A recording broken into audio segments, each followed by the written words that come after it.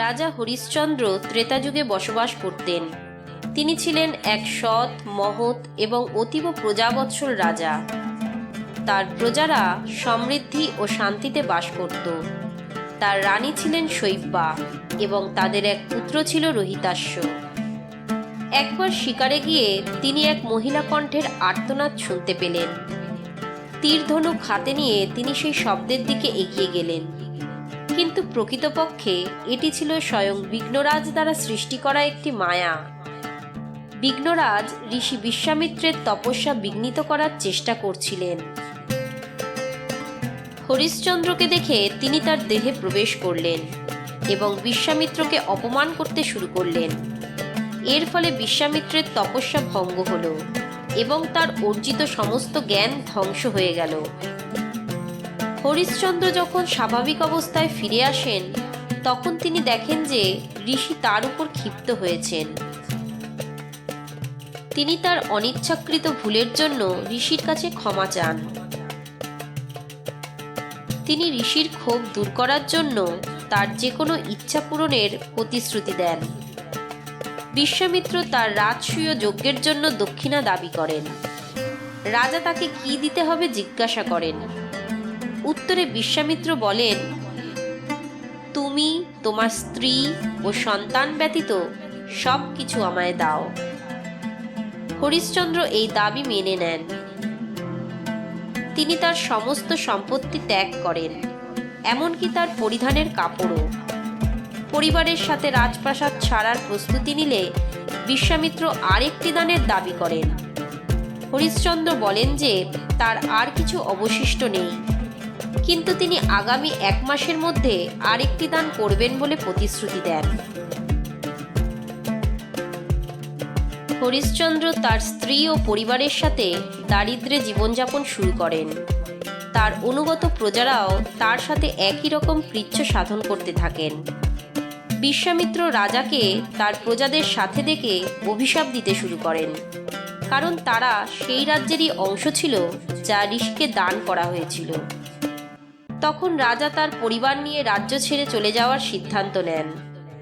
তাদের দ্রুত চলে যেতে বাধ্য করতে বিশ্বামিত্র রানীকে লাঠি দিয়ে আঘাত করতে শুরু করলে পঞ্চদিক্পালরা ঋষির এই কর্মের জন্য ঋষিকে নিন্দা ও তিরস্কার করেন।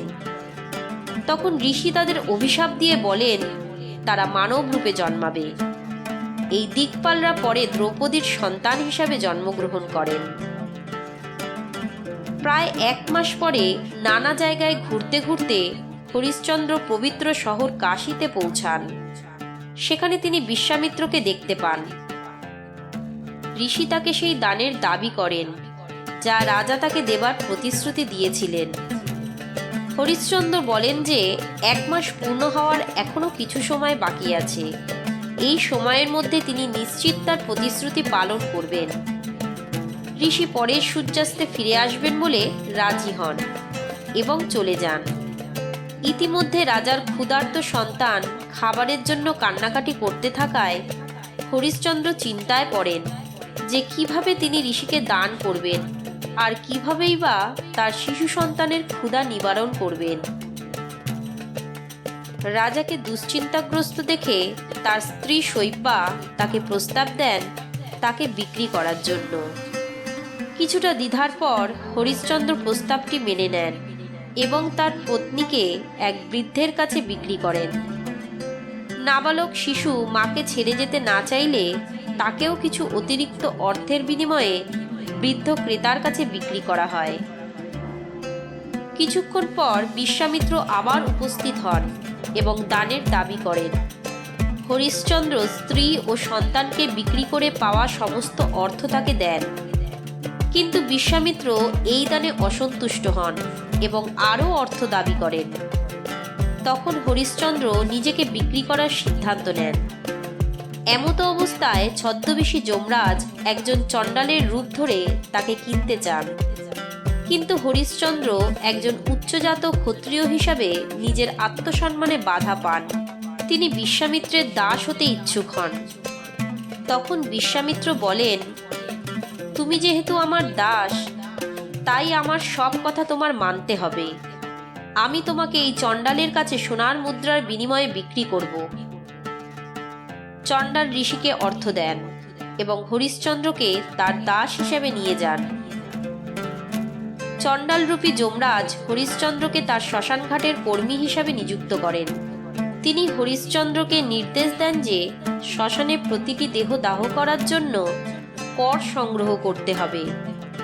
এর একটি অংশ চণ্ডালের কাছে যাবে, একটি অংশ স্থানীয় রাজাকে দেওয়া হবে এবং বাকি হরিশ্চন্দ্রের পারিশ্রমিক হবে। হরিশ্চন্দ্র শ্মশানঘাটে বাস ও কাজ শুরু করেন।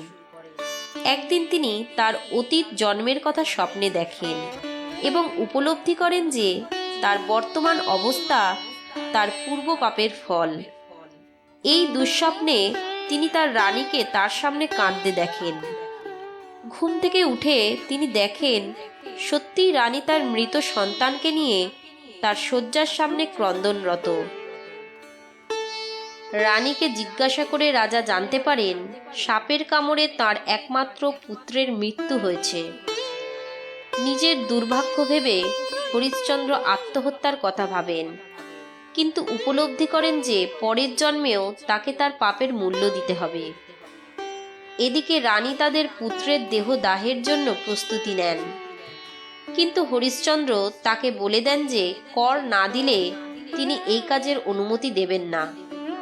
সেই মুহূর্তে সমস্ত দেবতা যমরাজের নেতৃত্বে এবং বিশ্বামিত্রের সাথে সেই স্থানে এসে উপস্থিত হন। তারা হরিশ্চন্দ্রের ন্যায়পরায়ণতায় প্রশংসা করেন এবং তাকে স্বর্গে আমন্ত্রণ জানান, কিন্তু প্রজাবৎসল রাজা তার প্রজাদের না নিয়ে স্বর্গে গমন করতে আপত্তি করেন। দেবতারা অনেক বিচার বিবেচনা করার পর রাজা হরিশ্চন্দ্রকে তার রাজ্যের সমস্ত প্রজাবর্গ সহ স্বর্গে গমনের অনুমতি প্রদান করেন। ইতিমধ্যে রাজার স্বর্গারোহণের পর রাজকুলের ঋষি বশিষ্ঠ 12 বছরের তপস্যা শেষ করে রাজধানীতে ফিরে এসে জানতে পারেন যে এই সময়কালে হরিশ্চন্দ্রের সঙ্গে কি ঘটেছে। তিনি বিশ্বামিত্রকে এই সম্পূর্ণ ঘটনার জন্য দায়ী চিহ্নিত করে তার সঙ্গে বাগবিতণ্ডায় জড়িয়ে পড়েন, কিন্তু শেষ পর্যন্ত ব্রহ্মা তাকে শান্ত করেন। ব্রহ্মা তাকে বোঝান যে বিশ্বামিত্র রাজাকে শুধুই পরীক্ষা করছিলেন এবং প্রকৃতপক্ষে তাকে স্বর্গে যেতে সাহায্য করেছেন। ঋষি বশিষ্ঠ রাজা হরিশ্চন্দ্রের এই সৌভাগ্যে যার পরনায় প্রীত হন এবং ঋষি বিশ্বামিত্রকে ধন্যবাদ জ্ঞাপন করেন। আমাদের এই প্রয়াসটি ভালো লাগলে ভিডিওটি লাইক, শেয়ার এবং পুরাণ দর্পণ চ্যানেলটি সাবস্ক্রাইব করবেন। নমস্কার।